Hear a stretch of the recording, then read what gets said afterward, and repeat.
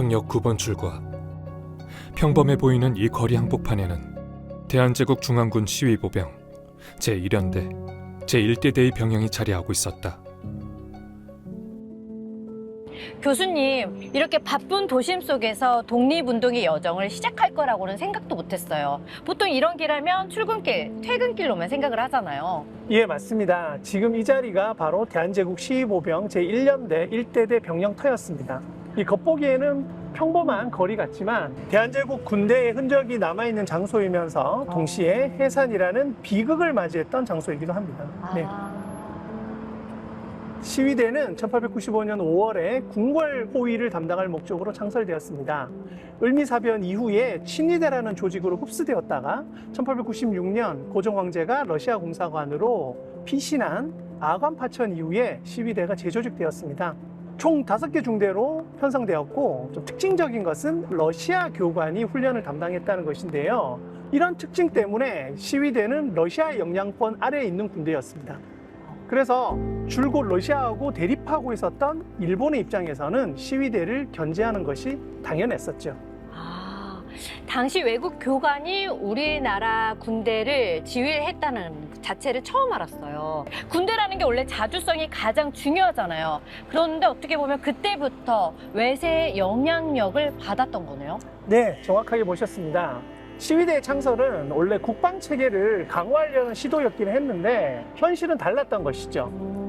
1905년 러일 전쟁에서 일본이 승리한 이후에 일본은 급격하게 대한제국을 압박했고 대한제국은 외교적으로 고립되게 되었습니다. 그런 상황에서 일본이 지속적으로 시위대를 견제했던 것이죠.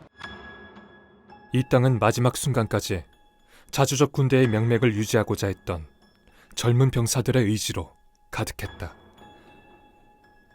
해산이라는 비극적 명령 속에서도 조국을 향한 충성과 분노는 사라지지 않았다. 전혀 몰랐던 사실이에요. 어떻게 보면은 이곳이 단순한 거리가 아니라 역사적으로는 조국을 지키려는 마지막 발걸음이 시작된 장소이기도 하네요. 이곳이 갑자기 역사적으로 다르게 느껴지네요. 네, 그렇습니다. 이제 본격적인 무장 충돌이 벌어졌던 다음 장소로 이동해 보시지요. 네. 대한제국 시위대와 일본군이 맞섰던 격전의 중심 남대문 일대입니다.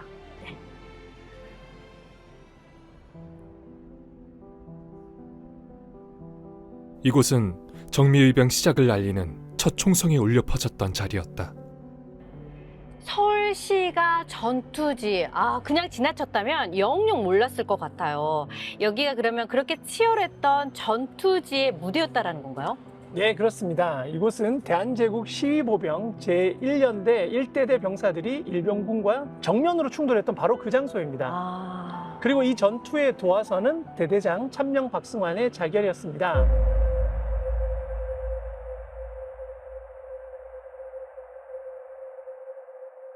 당시 일본군은 대한제국국 군대 해산을 통보하고 훈련원으로 이동을 지시했는데요. 박승환 대장은 끝내 그 해산식장에 나타나지 않았습니다. 그는 병영 내에서 조용히 권총으로 자결했고 그 총성은 군인들의 분노를 일깨우는 신호탄이 되었습니다. 대장의 죽음은 명령을 잃은 병사들에게 치욕 그 자체였다. 그들은 병영의 탄약고를 부수고 무기를 분배받았으며 몰래 숨겨두었던 탄약으로 일본군 교관에게 사격을 가하기 시작했다. 곧바로 인접병영의 시위보병 제2연대 제1대대도 이에 호응했고 남대문 일대는 순식간에 격렬한 시가전의 소용돌이에 휘말렸다. 일본군은 이미 대비하고 있었습니다. 저기 보이는 남대문 누상 쪽에 기관총 2정을 배치를 했고 총 보병 3개 중대, 1개 소대, 그리고 공병 장교까지 동원해서 대한제국을 철저하게 진압했습니다. 전투는 오전 8시 반경에 시작되었는데 무려 2시간 이상 이어졌습니다. 전투는 매우 치열했고 대한제국군의 저항도 거셌습니다. 그러나 이제 무장 수준과 병력 차는 극복할 수 없는 벽이었다고 볼 수가 있습니다. 그래서 총 68명의 대한제국군이 전사했고 부상자는 100여 명, 포로는 600명에 이르렀습니다.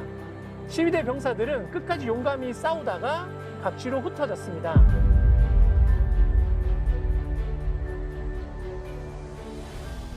이 전투를 평가하면 대한제국 군대가 일본군과 전면전을 했다는 점, 그리고 이후 전국 각지로 흩어져서 의병부대에 합류하는 계기가 되었다는 점에서 큰 의미를 가집니다. 어떻게 보면 이곳에서 치루어진 전투가 전국 의병투쟁의 기폭제가 됐다라고 해도 과언이 아니네요. 네, 그렇습니다. 이 전투 이후에 탈출한 병사들이 원주, 강화도, 양주 같은 지역에서 일어난 의병부대로 합류하게 되었던 것입니다. 정말 감동적이네요.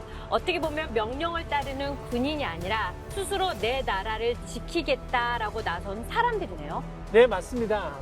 군인들의 의병 참여는 당대 의병운동에 큰 힘이 되었습니다.